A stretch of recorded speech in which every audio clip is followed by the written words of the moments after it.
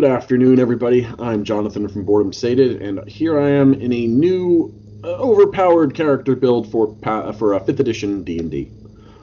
The build I'm going to talk about you've probably seen before, but I'm just going to go over some general ideas for it just so you can see. It is the Hexblade build. The Hexblade is a specific one of your choices for patron under Warlock. So first, let's start with where we're going to go with this to be able to max it out and have some fun with it. The first thing that you're going to do is you're going to choose an Aasimar as your race. Now, why would you choose Aasimar as your race? There's two reasons to do so. First, Aasimar starts with a Charisma modifier bonus, and Warlocks are based on Charisma. So that gives you a start to be able to work with. Second, Radiant Soul is an ability that you get for being an Aasimar. And what it does is you can spend an action to basically have your soul come out. And what that does is it gives you two things. One, it gives you a fly speed of 30 because you have wings. And second, once per round, you can add your level to damage in radiant damage. Now, it's only once per round, which does make it a little more difficult. You can add this to melee attacks or spell casting attacks, so that's also nice. But let's just put that in our back pocket, and that'll be start. Now, for that build, you are going with the Radiant Soul version of the Aasimar. There are 3 versions. This is basically just the first one, and your secondary stat modifier is Wisdom, which doesn't particularly matter to this build. Now, the next thing that you are picking is you are picking the class Warlock, and the next thing that you are doing is you're picking the Hexblade. The Hexblade is your patron deity. What the Hexblade does is gives you a couple of things. The first thing it does is gives you Hexblade's Curse. As a bonus action, you can curse someone. There's no saving throw to this. They're just cursed for the next minute. And what this does is it gives you bonus damage against them equal to your proficiency modifier. And it makes it so you have a 19 to 20 crit range against them. And if they die, you heal for your level plus your charisma modifier in hit points. The heal is not the big reason for it. It's the bonus damage and the 19 to 20 crit range, because it's hard to get a 19 to 20 crit range in 5th edition. Hexblade also makes it so that you get a couple of other basic things. First, it gives you proficiency in light, medium armor, and shields. Wearing medium armor and using a shield at low level is actually very strong just to keep yourself alive. In general, wearing medium armor is still definitely something you're going to do with this build because you are not dex-based for most of this. The other major thing that it does is makes it so that you can use your charisma modifier instead of strength or dex to hit and damage as long as the weapon that you're using is not two-handed. It cannot have the two-handed property. However, we're going to talk about that a little bit more later. One of the other things that you get from the Hexblade is something called Armor of Hexes, which says if your target that you have the curse on attacks you with a melee attack, you roll a d6. On a 4+, that attack misses. So you have a 50% chance if the person you're fighting is cursed for them not to be able to even hit you. This is fantastic. It makes it so you are an excellent one-on-one fighter. So, let's add some more damage. Let's make this better. The way we're going to make this better is by looking at your invocations, because that's the next thing that you really need to look at. As a Warlock, you get 2 invocations at level 1, and then you get an additional invocation every 4 levels or so after that. So you get another one at 5. I think it's another one at 9. It might be every 3 levels. I don't remember the exact number. The point is you get 2 to start, and then you get another additional one. Your first additional one is at level 5. There are a couple of specific ones that you want to take to make this build more powerful. And there's 2 of them that are level 5. You take one at level 5. You take one when you next get one. I think it might even just be every other level. So you would take one at level 5 and one at level 7. So, at level 5, one of the most important ones that you need to take is called Thirsting Blade. What Thirsting Blade does is it makes it so you get 2 attacks. Simple, effective, does what you need it to do. Another one you need to do is, since you are going to be going with the melee build, you're obviously going to be taking Pact of the Blade. because you have to choose one of your pacts for this build. You need to choose Pact of the Blade, which makes it so you can summon your weapon at any time. One of the level 1 pacts that one of the level 1 invocations you can take is Improved Pact of the Blade, which makes it so your weapon is automatically magical and becomes a +1 weapon. And that's important in case you don't have magical weapons or you don't get access to magic in your campaign. This makes it so you have a +1 weapon. You get through the can't be hurt by non-magical things very quickly and easily. And in fact, it's something you can take immediately. You get your Blade Pact. From there, again, going back to invocations, there's another level 5 one that I'm a big fan of, which is called Eldritch Smite. What Eldritch Smite does is it's basically like the Paladin Smite. You add you sacrifice a spell of whatever spell level you can cast, because you know how warlocks work and your casting level goes up as you level. You sacrifice your spell level, a spell, and you get bonus d8s to the attack equal to your spell level.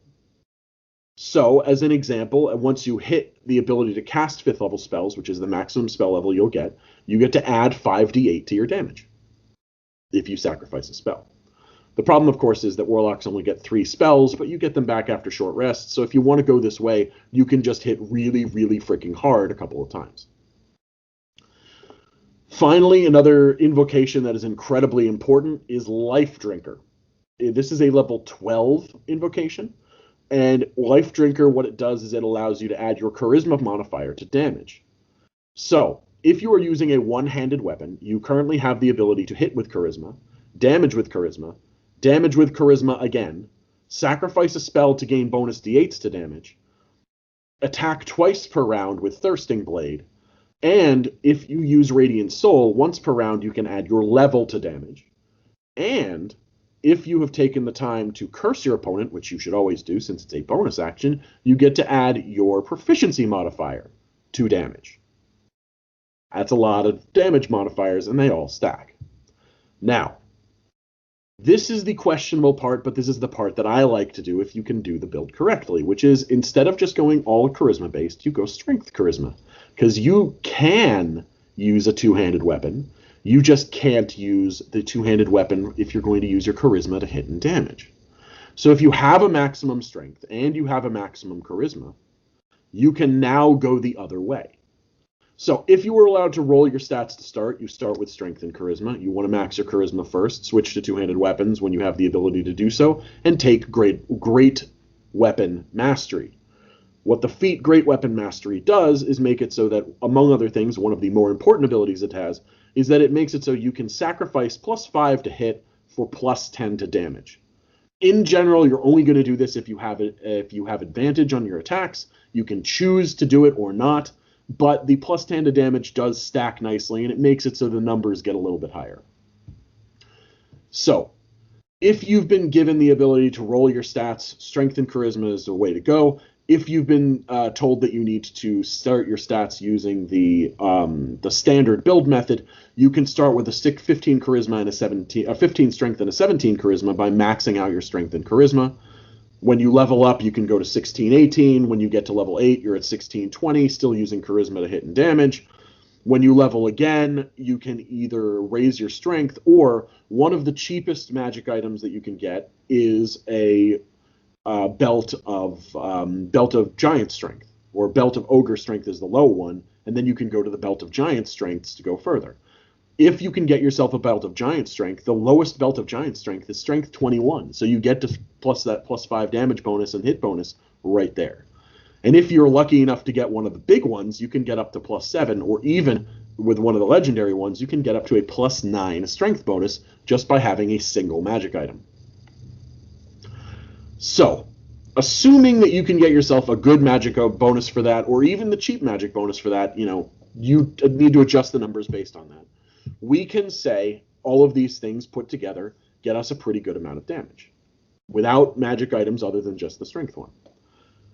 And again, if you got to roll, you probably can get yourself to a 20 strength pretty quickly anyway. So, let's count up the damage. First, +1 at least from your weapon. You get a +1 weapon just for being a warlock. You take the ability, you have a +1 weapon. So that's 1. Next, you're going to have a 20 charisma. That's 5 to damage because of Life Drinker. And remember, that's necrotic damage, if it comes to meaning that. Next, you get to add your strength modifier to damage because we're using a two-handed weapon. So let's say it's a +5, or I use the example of being able to get the very rare Belt of Ogre Strength, or Giant Strength, which gives you a +7 bonus because it makes your strength 25. So that's 7. So 1 + 5 + 7. Next, if you've cursed them, at level 13, which is where I'm saying you can have all of these abilities, you would have a proficiency modifier of +5. So that's another 5. So 1 + 5 + 7 + 5. Next, if you're level 13 and you're using Radiant Soul, you get to add your level to damage, which is 13 more points of damage.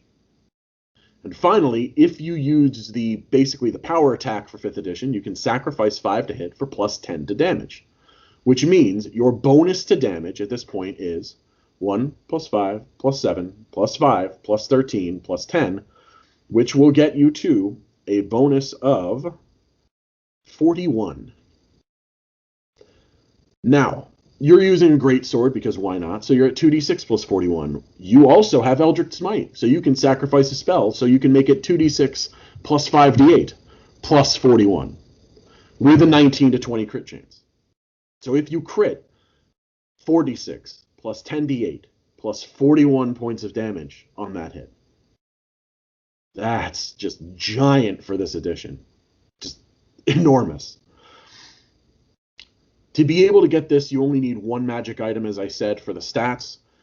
If you started with a good stat, you can and could get the 20/20 without any magic items, then your bonus to damage will only be +39 instead of 41, but it requires no magic to get there.